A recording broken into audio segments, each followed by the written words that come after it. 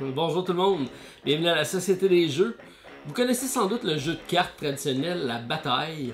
C'est un jeu de confrontation, on tourne une carte, la plus haute l'emporte, c'est très simple, presque enfantin. Ça prend une toute autre dimension lorsqu'on rentre dans le Japon féodal avec le jeu Martial Art, sorti en 2016, nouvelle extension qui arrive sur Kickstarter avec Clan. On regarde ça à l'instant, c'est parti!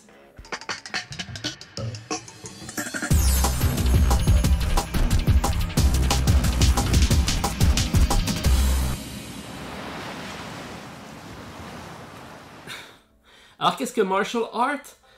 Martial Art est un jeu de cartes, gestion de main de cartes et d'action simultanée dans lequel on va faire un combat.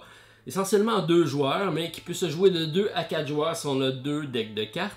C'est des concepteurs Adrien Mars et Jonathan Rowland. C'est un jeu qui a été publié, disponible sur Kickstarter 2016. C'est maintenant disponible en boutique. Et l'extension qui est Clan arrive tout prochainement. Donc par socio-financement, incluant le reprint du jeu de base. C'est pourquoi je vous le montre. Donc c'est un jeu rapide, 15 à 20 minutes. Dans l'artistique d'un Japon féodal, c'est un jeu, comme je vous ai dit en introduction, de bataille. Donc on va avoir un deck de cartes. On va défausser une carte et que la plus élevée le remporte. On va se disputer des champs de bataille. Donc on a un deck de cartes ici qui représente différents champs de bataille, des lieux. Chacun des lieux, donc au début d'un tour, on va tourner un lieu, on va se battre dans ce champ-ci. Celui qui remportera la bataille remportera la carte de lieu. Il va y avoir un effet qui va arriver et ensuite on va les accumuler. Certains vont avoir donc une icône de points de victoire si on veut. Donc c'est une zone de contrôle puisqu'on va contrôler des champs de bataille. Il y en a qui vont en avoir 2. Le premier qui se rend 12 points remporte la partie. Par contre, on a une subtilité. Certains lieux ont des ponts. Si on réussit à prendre le contrôle de 3 ponts, on contrôle le territoire. Donc c'est essentiellement comme ça que ça va se jouer. On a par contre des cartes avec des numérotations, donc qui vont aller de 0 à, je vous dirais, bon j'ai 14, je pense qu'il y en a qui vont un peu plus loin. Donc c'est tout simplement le plus élevé qui va le remporter, mais chacune des cartes ont des caractéristiques. Les cartes rouges sont des cartes de bataille, donc on va les jouer. Au début de la partie, on va tout brasser ça, on va en donner 4 à chaque joueur. Et on va pouvoir, à chaque round, on va tourner une carte, on va la mettre devant nous. On va se battre ici dans la plantation. On a un point de victoire si on remporte. Et on a une condition d'après-bataille. Certaines fois, ça peut être avant, pendant ou après. Dans le cas présent, tous les joueurs qui vont avoir joué 9 et plus lors de l'attaque vont pouvoir piocher une carte pour le tour suivant. Donc, on peut quand même préparer nos rondes subséquentes. Ça, c'est intéressant. On va avoir 4 cartes au début de partie. Et on va tout simplement en jouer une face cachée à chaque tour. On va la révéler et on va ensuite résoudre la bataille. Si je vous montre les cartes rapidement, donc des ninjas ici en valeur 0, mais qui vont avoir des textes qui vont un peu changer la donne, comme le chaos ici fait en sorte qu'on va tout simplement y aller au hasard, on va défausser nos cartes et on va en prendre une au hasard, ce qui fait en sorte que ça va être le chaos. Ensuite, ici, j'ai l'apprenti qui me permet ici d'aller prendre une carte légende. On a des cartes ici qui sont en jaune, qui sont nos cartes légendes, qui sont mises de côté, qui ne sont pas mélangées dans le deck.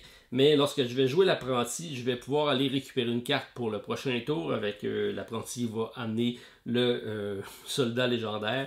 Il ouvre la porte. Les paysans, eux autres, vont additionner 1 à chaque fois qu'il va avoir des cartes dans les mains. Plus on a de cartes et plus il y a de paysans, donc on attaque de groupe. L'assassin, le raider, le samouraï, le commandant, le daimyo, l'empereur, le shogun, les renins.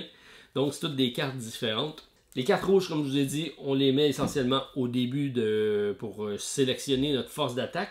Mais on va avoir également des cartes blanches qui sont ici, qui représentent des supports. Donc les supports vont être joués durant la phase de bataille. Donc on choisit une carte pour déterminer notre action de bataille. Et on peut jouer autant de cartes blanches qu'on veut. Après ça, donc par contre, on ne va pas utiliser le chiffre qui est ici, mais seulement le texte quand ils vont en support. Mais on peut également utiliser ces cartes de support-là comme première carte pour utiliser la numérotation. Ils sont effectivement moins fortes que les cartes rouges, mais ils ont des actions intéressantes à ce moment-là. Comme ici, j'ai la geisha qui a une valeur de 1, mais si je la joue en support, ça me permet de défausser cette carte-ci pour canceller l'effet d'une autre carte. Alors, soit une carte de bataille, soit une carte de support. J'ai l'archer, le scout qui me permet d'aller voir la main du voisin. j'ai la cavalerie, donc différentes cartes de support qui vont nous aider durant la partie. Par contre, plus on va jouer de cartes et moins on en a pour le prochain tour. C'est sûr que j'ai certains lieux qui vont me permettre comme ça ici de piocher des cartes. J'en ai d'autres ici qui me permettent de défausser autant de cartes pour aller en prendre un même nombre. J'ai les bridges. J'ai ici, je peux tout défausser mes cartes puis reprendre 4 cartes en main. Donc, il y a une certaine versatilité à ce niveau-là. On va se battre comme ça pour ramasser soit 12 points, soit 3 ponts. Et on va être couronné vainqueur de la partie. Donc, confrontation de joueurs rapides. Très similaire un peu au jeu de bataille, mais beaucoup plus stratégique avec tous les textes qui entrent en lieu, soit avant, pendant ou après la bataille. Ça, c'est intéressant. L'extension clan, tous les cartes que j'ai de ce côté-ci font leur apparition, vont ajouter un degré supplémentaire, si on veut, au jeu. On va commencer par les dojos. Donc, on va avoir ici 4 cartes de dojo qu'on va mélanger dans nos paquets de lieux. Ces dojos-ci seront des points qu'on pourra aller récupérer supplémentaires. Ils ont également des ponts dans certaines cas et nous permettent de débloquer des leaders de clans. On a ici 8 clans à chaque début de partie, donc on va prendre les cartes du dessus qui sont les cartes de clan. On va les mélanger, en donner 2 à chaque joueur. Chacun des joueurs pourra en choisir une des 2.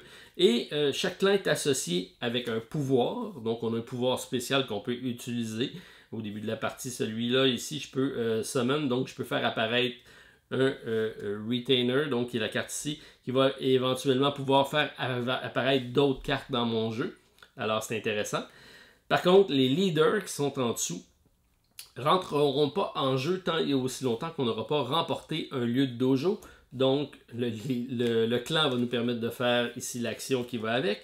Et le dojo va me permettre d'aller récupérer les fameux leaders qui seront mis de côté, pas mélangés dans le deck, mais dès qu'on va remporter un dojo, on remporte le leader et il va pouvoir m'aider pour les prochaines batailles. Donc, en plus d'être fort, ils ont un texte assez puissant.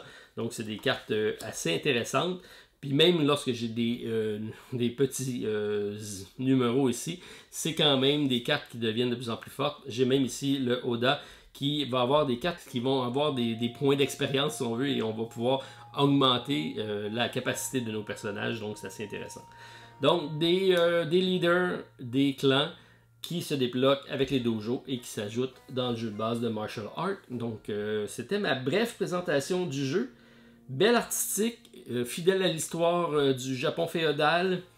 Un peu de texte sur les cartes, c'est en anglais par contre, mais je vous dirais qu'un coup compris, les cartes reviennent. Donc, comme je l'ai dit, j'en ai montré quelques-unes, mais c'est les mêmes cartes qui vont revenir. Donc, un coup qu'on a compris les 5 cartes ici, les 5 cartes là, c'est les mêmes types de cartes qui vont revenir.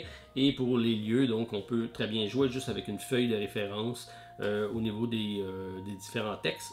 C'est quand même assez simple. Si on regarde les règles, on a simplement une page recto-verso pour les règles de base. Donc j'ai ça ici. Et pour l'extension, seulement un petit feuillet comme ci. Donc assez simple, efficace, rapide, quinzaine de minutes. 2 joueurs essentiellement. Et si vous aimez ce genre de petits jeux-là de duel, je pense que ça peut être intéressant. Donc belle suggestion. Martial Art, présentement sur Kickstarter. Le lien sera disponible à la vidéo. Je vous invite à cliquer dessus pour avoir plus de détails. On se revoit prochainement pour un autre jeu. Bye tout le monde, à la prochaine.